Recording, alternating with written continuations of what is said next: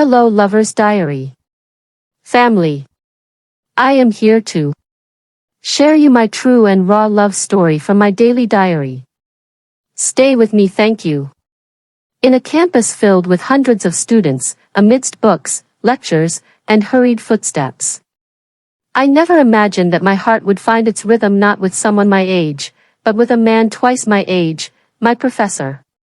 I am 21, just stepping into the world, and he is 45, seasoned, calm, and mysterious. It all began on a rainy Monday morning. I walked into his literature class soaking wet, embarrassed and cold. He looked up from his desk, removed his glasses slowly, and with a soft smile said, "The rain has a way of making stories more beautiful. Take your time." His voice, deep and soothing, melted something inside me. His name was Professor Robert Hart.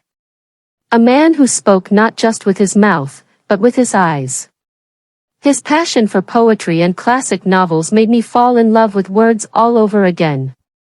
But more than that, I found myself hanging on to every glance he gave, every pause between his sentences, every silent look that lingered a little longer than it should have. I thought it was just admiration. A crush. Something that would fade. But the truth? I was falling. And falling fast. One afternoon, I stayed after class to ask about an assignment. The room was quiet. Empty. The light from the window painted golden rays across his desk. He looked at me, then said something that would change everything. "You read the poem beautifully today. Do you always read with your heart?" I laughed nervously, brushing my hair behind my ear. "Only when someone like you is listening." His eyes searched mine. There was silence. Tension. Something unspoken danced between us. For the first time, I didn't feel like a student. I felt like a woman. In the weeks that followed, our connection deepened. He invited me to attend a private book club he hosted off campus. It was there, in the quiet corners of the library, surrounded by old books and whispered conversations, that our hands accidentally touched. He didn't pull away. Neither did I. One night after the meeting, he offered to walk me home. It was cold. He took off his jacket and placed it gently over my shoulders. My heart pounded like a drum in a silent hall. When we reached my door, I turned to him, my voice trembling. "Do you ever feel like you're doing something wrong, but it feels too right to stop?" He looked at me for a long moment before whispering, "Every time I look at you."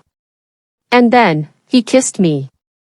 That kiss was soft, hesitant, full of questions. But in that moment, the world disappeared. There were no titles. No rules. Just two hearts beating in time. The days that followed were a blur of secret glances in class, late-night calls, and stolen moments behind closed doors. He would read me poetry over the phone, his voice wrapping around me like a warm blanket. I'd write him letters, real ones, filled with my thoughts, my dreams, my desires. We talked about everything, books, life, regrets, fears. He told me about his divorce 5 years ago, about the loneliness that never really left him. I told him about my fear of not being enough, of being too young, too inexperienced. But he never made me feel small. He made me feel extraordinary. Of course, we were careful. The world wouldn't understand. A student and a professor? The rumors, the consequences, it could destroy everything. But love doesn't care about age or titles. It only cares about the truth. And the truth was, we loved each other. One evening, he invited me to his home for dinner. It was quiet, warm, filled with the scent of books and old records. We cooked together, laughed together, danced slowly to soft jazz in his living room. Then he looked into my eyes and said, "You've brought light into my life in a way I never expected. But I'm scared. I'm scared of losing everything, my job, my name, and most of all, you." I took his hand and said, I don't want to be a secret forever. But for now, I just want to be yours. That night, we made love for the first time. It wasn't rushed or wild. It was slow. Intimate. Honest. Every touch, every kiss, was filled with meaning. He treated me like something delicate, yet precious. And in his arms, I found a home I never knew I needed. But as all forbidden love stories go, reality came knocking.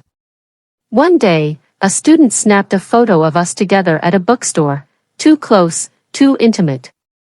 Whispers spread like wildfire. The dean called him in. The pressure built. He looked tired. Lost. I'll resign, he said. If it means keeping you safe. Keeping this love intact. But I refused. No. We'll face it together. No more hiding. So we did. It wasn't easy. People talked. Friends distanced. But we held on. Because sometimes, the greatest love stories are the ones that fight through storms. Now, it's been almost a year since that first rainy morning. I'm still his student. But more importantly, I'm his partner. His equal. His love. And he's no longer just my professor. He's my person. We still read together. Still walk hand in hand under the same rain that once brought us together. They say age is just a number. But I say love is just a feeling, rare, raw, and worth everything. So here we are. Not perfect. Not traditional. But real. And in the end, that's all that matters. I read this from my diary. It is raw. It is real. It is my own true story. I am waiting your suggestion on the comment section. Thank you.